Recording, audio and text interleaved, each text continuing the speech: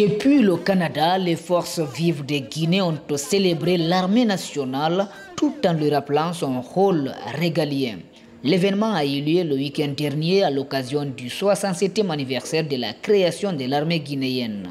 C'est la synergie des forces vives guinéennes du Canada qui a organisé cette marche pacifique sur l'esplanade de la place du Canada au cœur de Montréal. L'événement était à la fois commémoratif et revendicatif. Cette marche aujourd'hui s'inscrit dans le cadre de l'anniversaire, du 67e anniversaire de l'armée guinéenne. Elle s'inscrit dans un message de paix, de cohésion, mais aussi de justice. Aujourd'hui, nous voulons rappeler à l'armée son essence même, ce pourquoi elle a été créée. Nous voulons rappeler à l'armée qu'elle doit être républicaine, qu'elle n'appartient à aucune ethnie, à aucun parti politique, encore moins à un clan. Cette armée qui a toujours su protéger la Guinée contre vents et marées,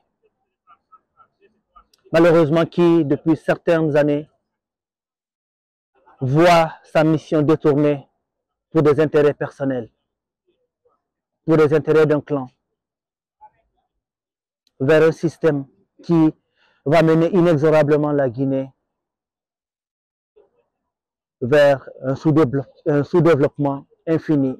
Et quand je parle de sous-développement, je parle d'un sous-développement, que ce soit économique, politique ou encore social.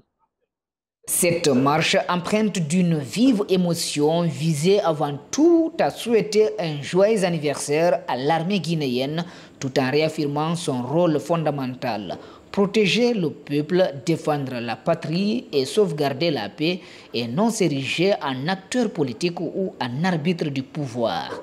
Les orateurs, tour à tour, ont plaidé pour une armée forte, juste, impartiale et républicaine, fidèle à sa mission première, garantir la sécurité et la stabilité du pays, sans jamais se substituer aux institutions civiles. On a vu le mouvement de soutien avec le mouvement Dadis. Cela devait nous servir de leçon, mais très malheureusement, c'est comme si on était des poulets qui oublient tout cela et on regarde juste notre bien quotidien. Aujourd'hui, nous voyons le système a encouragé à la jeunesse aussi de participer à tous les mouvements pour encourager le général. Et ce sont les mêmes personnes, les mêmes individus qui étaient là hier, qui contribuaient à la destruction de nos biens, à encourager un troisième mandat. C'est les mêmes personnes qui sont là aujourd'hui encore. Monsieur Doumbouya, vous avez dit que vous allez tirer les leçons du passé et que vous allez faire la meilleure chose par rapport à vos prédécesseurs. Alors souvenez-vous, on a vu ici des mouvements qu'on appelle mouvement Dadis doit rester. On a vu ici des mouvements qui s'appellent Dadis ou la mort. On a vu ici des mouvements de troisième mandat. Tous ces gens-là n'ont pas été vus lorsque les personnes concernées sont tombées. Alors soyez-en sûrs, M. Doumbouya, le jour où vous allez partir, ces gens-là ne vont pas pleurer votre départ. Donc faites la bonne décision. Aidez-nous à ce que cette transition-là soit la dernière dans l'histoire politique de la Guinée. L'armée, c'est dans les casernes, les politiques, c'est dans les palais, et la société civile est là pour aider à organiser une société juste et équitable. Vive l'armée guinéenne, vive l'armée républicaine, vive la Guinée. La coordinatrice de la synergie des forces vives guinéennes au Canada a déploré la fermeture des médias indépendants en Guinée. Elle s'est également adressée aux femmes qui auraient payé la caution de 900 millions de francs guinéens pour la candidature du général Mamadi Doumbouya. Non seulement elle émet des doutes sur l'origine des fonds, mais elle interpelle vivement ses consoeurs du pays. À toutes les femmes guinéennes de ne pas être le symbole de la démagogie, plutôt d'être les actrices du changement. Les marcheurs ont appelé le peuple de Guinée à se dévêtir du carcan d'intérêt personnel. La coordinatrice a livré un message vibrant, rendant d'abord un hommage appuyé aux forces armées guinéennes pour leur service rendu depuis 1958, avant de les exhorter à se tenir à égale distance des querelles politiques. Il n'y a pas une personne indispensable dans une république. Il y a une personne qui est là pour un temps et il doit passer, c'est la constitution, disons, les institutions républicaines qui doivent rester et demeurer pour toujours. Alors nous lançons un message à ces dirigeants qui occupent ces postes de passer le flambeau et d'organiser des élections inclusives et transparentes.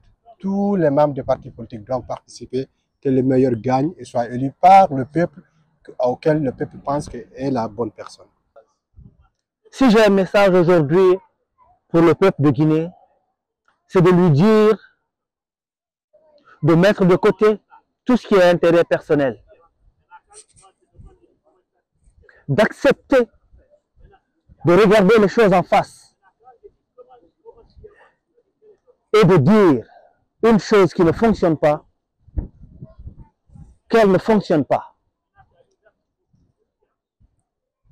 Nous ne pouvons dire oui à un système qui ne peut être bénéfique pour la Guinée et les Guinéens. Les Guinéens doivent apprendre, doivent accepter d'être justes, impartials, mais surtout patriotes. Nous avons été les pionniers des indépendances. Aujourd'hui, nous sommes les derniers de la sous-région. Personnellement, ça m'empêche de dormir. Et je trouve cela pathétique. Qu'on le dise ou non, les Guinéens doivent apprendre à se regarder en face et dire non à un système qui ne fonctionne pas et qui n'est pas fait pour développer la Guinée. L'autre message fort de cette rencontre concernait le cas du leader du parti Modèle. Les forces vives de Guinée basées au Canada plaident pour la libération d'Aliouba. Les autorités guinéennes, je vous implore de redonner Aliouba sa liberté. Ça fait maintenant 10 mois qu'il est détenu injustement. Pour la cohésion sociale, pour la paix et la solidarité des Guinéens, libérer Aliouba. En célébrant ainsi le 67e anniversaire des forces armées guinéennes, la diaspora a choisi une voie singulière, celle du dialogue pacifique et du rappel au devoir patriotique. Reste désormais à savoir comment cet appel résonnera à Conakry, où la candidature du président de la transition à la présidentielle du 28 décembre prochain est déjà actée.